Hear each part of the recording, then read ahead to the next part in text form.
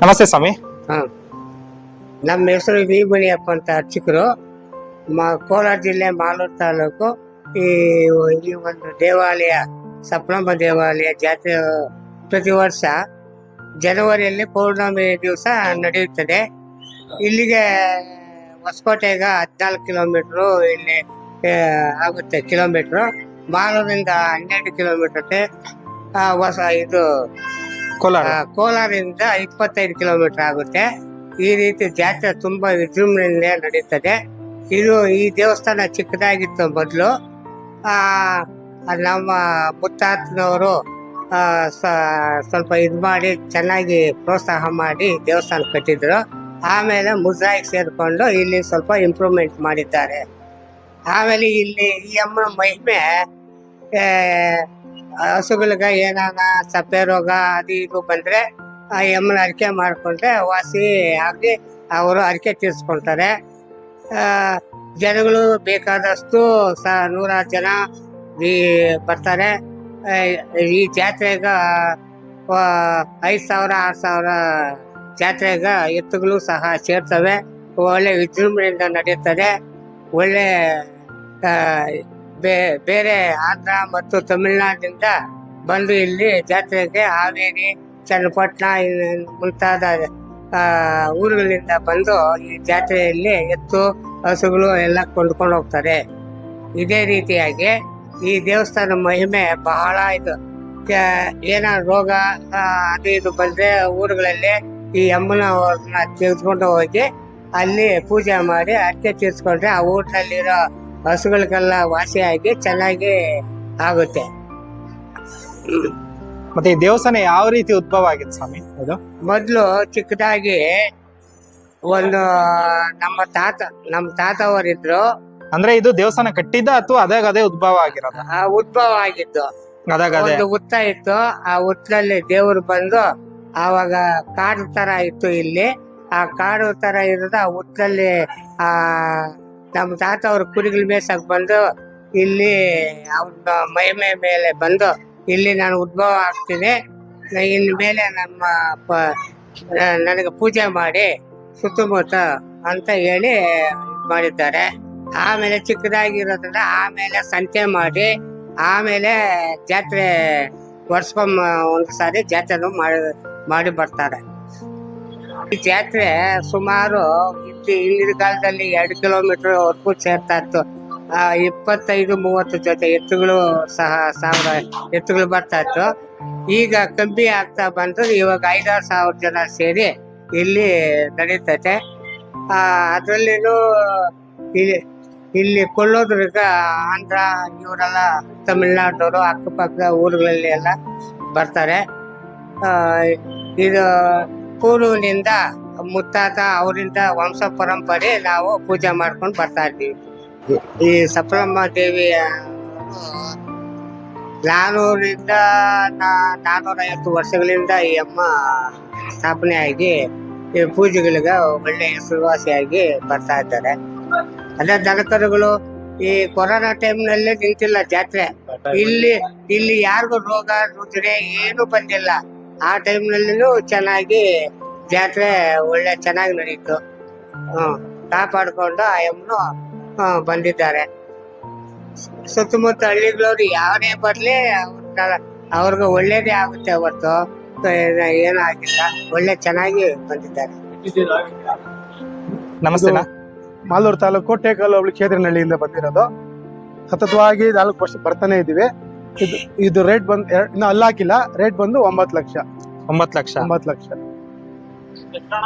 ಮಧು ಅಂತ. ಹೆಸರೇನು ಇಟ್ಟಿಲ್ಲ.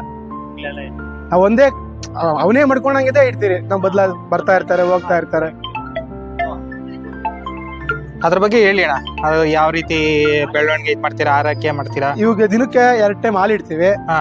ಬೂಸ, ಹಿಂಡಿ ಎಲ್ಲ ಇಡ್ತೀವಿ. ಹಸಿ ಮೇವು ಹಾಕಲ್ಲ, ಬರೀ ಒಣದ ಮೇವು ಹಾಕ್ತೀವಿ. ವಾರಕ್ಕೆ 3 ಸತಿ ತೊಳಿತೀವಿ, ಬಿಸಿನೀರಲ್ಲೇ ತೊಳಿತೀವಿ. ಪಾಯಸ ಇಡ್ತೀವಿ, ರಾಗಿ ಗಂಜಿ ಇಡ್ತೀವಿ, ಹಾಲು ಮೊಟ್ಟೆ. ಮತ್ತೆ ಇವಾಗ ನಾವು ಬರ್ಬೇಕಾದ್ರೆ ನೀವು ಒಂದ್ ಹೇಳ್ತಾ ಇದ್ರಲ್ಲ, ಈ ಅಲ್ಲಿಂದ ನೋಡಿ ಎತ್ತರ ಹೇಳ್ಬೋದು ಅದನ್ನ. ಅದು ಒಂದು ಪ್ರೈಸ್ ಕೊಡೋದಕ್ಕೆ. ಪ್ರೈಸ್ ಕೊಡೋದು ಯಾವ ತರ ಅಂದ್ರೆ, ಅಲ್ಲಿ ಆಗದೆ ಇರೋವು ಯಾವ ತರ ಬೆಳೆದಿದ್ದಾವೆ, 2 ಯಾವ ತರ ಬೆಳೆದಿದ್ದಾವೆ, 4 ಯಾವ ತರ ಬೆಳೆದಿದ್ದಾವೆ, ಕಡೆಗಳು ಯಾವ ತರ ಬೆಳೆದಿದ್ದಾವೆ ಅನ್ನೋದ್ರ ಮೇಲೆ ಕಮಿಟಿ ಅವರು ತೀರ್ಮಾನ ಮಾಡಿ ಕೊಡ್ತಾರೆ. ಇನ್ನ ಅಲ್ಲ ಹಾಕಿಲ್ಲ. ಇದಕ್ಕಿನ್ನ ಇವಾಗ 1 ವರ್ಷ, 1.5 ವರ್ಷ ಇನ್ನ. ಇವು ಬೇಕಂದ್ರೆ ಮಾಲೂರು ತಾಲೂಕು ಟೇಕಲ್ ಹೋಬಳಿಗೆ ಬಂದು ಕ್ಷೇತ್ರನಹಳ್ಳಿಗೆ ಹೋಗ್ಬೇಕಂದ್ರೆ ಹೇಳ್ತಾರೆ. ಜಿಲ್ಲಾ ಪಂಚಾಯತಿ ಮಂದವರು ಗೀತಮ್ಮ ವೆಂಕಟೇಶ್ ಗೌಡ ಅಂತ. ಅವ್ರ ಮನೆ ಯಾರು ಬೇಕಾದ್ರೂ ಹೇಳ್ತಾರೆ ಟೇಕಲ್ ಬಂದು. ಇವ್ರ ಕಾಂಟ್ಯಾಕ್ಟ್ ನಂಬರ್ ಬಂದು 9449635555. ಟೇಕಲ್ಗೆ ಬಂದು ಕ್ಷೇತ್ರನಹಳ್ಳಿ ವೆಂಕಟೇಶ್ ಗೌಡ್ರ ಮನೆ ಅಂದ್ರೆ ಹೇಳ್ತಾರೆ. ಯಾರು ಬೇಕಾದ್ರೆ ಹೇಳ್ತಾರೆ.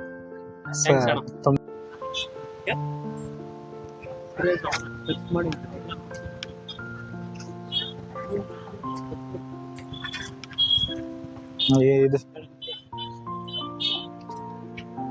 ಸರಿಯಾಗೈತೆ ಅತ್ತು.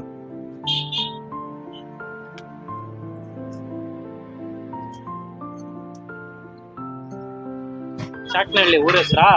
ನಿಮ್ಮ ಹೆಸರು? ಮುನಿಯಪ್ಪ. ಎಷ್ಟು ವರ್ಷದಿಂದ ಬರ್ತಾ ಇದ್ದೀರಾ? ಸಪ್ಲಂ ಜಾತ್ರೆಗೆ ಎಷ್ಟು ವರ್ಷದಿಂದ ಬರ್ತಾ ಇದ್ದೀರಾ? 3 ವರ್ಷಕ್ಕೆ. 3 ವರ್ಷದಿಂದ ಬರ್ತಾ ಇದ್ದೀರಾ. ಅದಕ್ಕೆ ಮುಂಚೆ ಬೇರೆ ಜಾತ್ರೆಗಳಿಗೆ ಹೋಗ್ಯಾರಾ? ಗೊತ್ತಾಯ್ತಿಲ್ಲ. ಈ 3 ವರ್ಷದಿಂದ ಇದೇ ಅಪ್ಪ ಬರ್ತಾ ಇರೋದು. ಎಷ್ಟ್ ಜೊತೆ ತಂದಿದ್ದೀರಾ? ಪೂರ್ತಿ ಎಲ್ಲ ಕಂಡಲ್ಲೆಲ್ಲ ನಮ್ದೆ ಎಲ್ಲ ಮಾಡಾಕೈತಿ. 4 ಜೊತೆನಾ? ಎಲ್ಲ ಗಳಿಗೆ ಗೊತ್ತಾಯ್ತು. ಇವ್ ಎಷ್ಟ್ ಜೊತೆ ತಂದ? ಎಷ್ಟು ರೇಟ್ ಇರ್ತದ? ಇವು 3.5. ಹಾ, ಅವ್ 4.5. ಇದು 3.5, ಅದು 4.5. ಇನ್ನೊಂದ್ ಜೊತೆ ಹೋಗ್ಬಿಟ್ಟು ಅವ್ 4.5, ಇವ್ 3.5. ಶಾಖನಹಳ್ಳಿ. ಇದು ಶಜಾಪುರ. ಶಾಖನಹಳ್ಳಿ.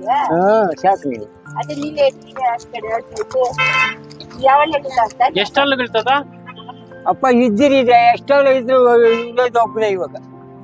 ಅಲ್ಲಲ್ಲ, ಅಲ್ಲಿ ಅಲ್ಲೇ ಒಬ್ಬನೇ ಓನರ್. ಎಷ್ಟಲ್ಲೋ?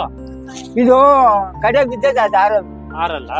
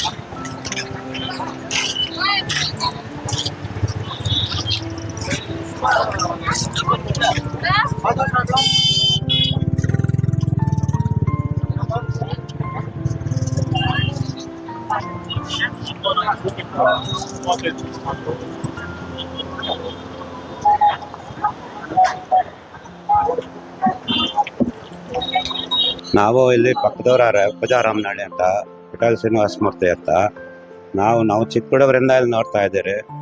ಜಾಸ್ತಿಯಿಂದ ಇದು ದೊಡ್ಡ ಜಾತ್ರೆ. ಈ ಅಮ್ಮನ ಮಹಿಮೆ ಇಲ್ಲಿ ಜಾಸ್ತಿ ಐತೆ. ಅಂತ ಕೊರೋನಾ ಟೈಮಲ್ಲಿ ಕೂಡ ಇದು ಜಾತ್ರೆ ನಿಂತಿಲ್ಲ. ಅಂತ ಟೈಮಲ್ಲಿ ಜಾತ್ರೆ ಮಾಡಿದ್ದೀರಿ. ಈ ಅಮ್ಮನ ಮಹಿಮೆ ಚೆನ್ನಾಗೈತೆ. ಈ ಯಾವತ್ತೂ ನಮಗೆ ಏನು ಕೆಟ್ಟದಾಗಿಲ್ಲ, ಎಲ್ಲ ಒಳ್ಳೇದಾಗೈತೆ. ದನಕರ ಏನು ಇಲ್ಲಿ ಇವಕ್ಕೂ ಏನು ಹೆಚ್ಚು ಕಮ್ಮಿ ಆಗಿಲ್ಲ. ಇಲ್ಲಿ ಬಂದು ಅಮ್ಮನ ಪೂಜೆ ಮಾಡಿಸ್ಕೊಂಡು ಹೋದ್ರೆ ಎಲ್ಲ ಒಳ್ಳೇದಾಗುತ್ತೆ. ಎಷ್ಟು ವರ್ಷದಿಂದ ಬರ್ತಿದ್ದೀರಾ? ನಾವು ಹುಟ್ಟಿದ ನಮ್ಮ ತಾತ ಜೊತೆಯಲ್ಲೇ ಬರ್ತಾ ಇದ್ದೆ ನಾನು. ನಮ್ಗೆ ಆವತ್ತಿಂದಾನು ನಮ್ಗೆ ಇದು ಪಕ್ಕದವ್ರೆ. ನಮ್ಗೆ ಎಲ್ಲ 3 ಕಿಲೋಮೀಟರ್. ನಾವು ಚಿಕ್ಕನಹಳ್ಳಿ ಗೇಟ್ ಹತ್ರ ಮನೆ. ನಿಮ್ಮ ಹೆಸರಣ್ಣ? ಶ್ರೀನಿವಾಸ ಮೂರ್ತಿ ಅಂತ. ಶ್ರೀನಿವಾಸ ಮೂರ್ತಿ. ಎಲ್ಲಿಂದ? ನಾವು ಇದು ಪೂಜಾರಾಮನಹಳ್ಳಿ ನಮ್ದು. ನಾವು ಇವರು ಅವ್ರ ತಾತ ಅವ್ರ ಕಾಲದಿಂದ ನಾವು ನೋಡ್ತಾ ಇದ್ದೀವಿ. ಎಲ್ಲ ಚೆನ್ನಾಗಾಗಿದೆ. ಇಲ್ಲಿ ಈ ಅಮ್ಮನ ಮಹಿಮೆ ಜಾಸ್ತಿ ಆಯ್ತು ನಮ್ಗೆ. ನಾವೆಲ್ಲ ನಂಬಿದ್ದೀರಿ. ನಮ್ಮ ಮುನಿಯಣ್ಣವರು ಚಿಕ್ಕರು, ಅವರು ಶ್ರದ್ಧಾ ಭಕ್ತಿಯಿಂದ ಆ ಪಾರ್ವತಿ ದೇವಿ ಅವತಾರ ರೂಪವನ್ನು ಧರಿಸಿರ್ತಕ್ಕಂಥ ಸಪ್ಲಮ್ಮ ದೇವಿ ಅವರನ್ನು ಪೂಜಾದಿಗಳನ್ನು ಸಲ್ಲಿಸ್ಕೊಂಡು ಬಹಳ ದಿವಸಗಳಿರ್ತಾರೆ. ಆ ಕೊರೋನಾ ಬಂದಿತ್ತು 4 ವರ್ಷ. ಆವಾಗಿನಿಂದಲೂ ಜಾತ್ರೆ ಸೇರ್ತಾನೆ ಇದೆ. ಯಾವಾಗ ನಿಂತಿಲ್ಲ ಜಾತ್ರೆ. ಆವಾಗಿನಿಂದಲೂ ಸಹ ಯಾರಿಗೂ ಏನು ಮಾತಾಯಿ ಜಗನ್ಮಾತೆ ಪಾರ್ವತಿ ದೇವಿ ಸಪ್ಲಮ್ಮ ತಾಯಿ ಯಾರಿಗೂ ಏನು ಕೆಟ್ಟಿದ್ದನು ಗಂಡಾಂತರಗಳು ಯಾವ ಪೀಡಿಗಳು ಕಷ್ಟಗಳು ರೋಗಗಳು ಏನು ಕೊಟ್ಟಿಲ್ಲ. ಇಲ್ಲಿಗೆ ಬಂದು ಹೋದ್ಮೇಲೆ ಅವ್ರಿಗೆ ಅಷ್ಟೈಶ್ವರ್ಯಗಳು ಭೋಗಭಾಗ್ಯಗಳು ನೀಡಿದಾಳೆ ಮಹಾತಾಯಿ ನಮ್ಮಮ್ಮನ.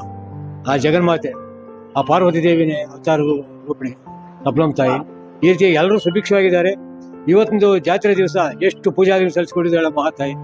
ಆ ಅಮ್ಮನಿಗೆ ಗೊತ್ತು. ಆ ಮಹಾತಾಯಿ ಮಹಿಮೆ ಯಾರು ಗೊತ್ತಿದೆ?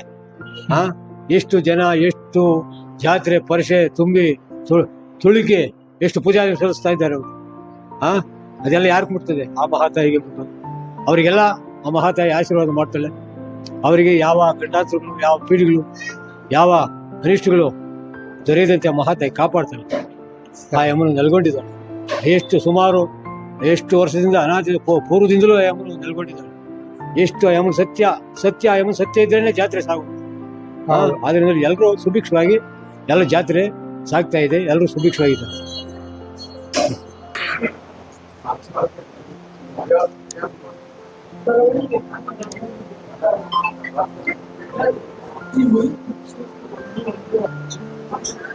Thank you.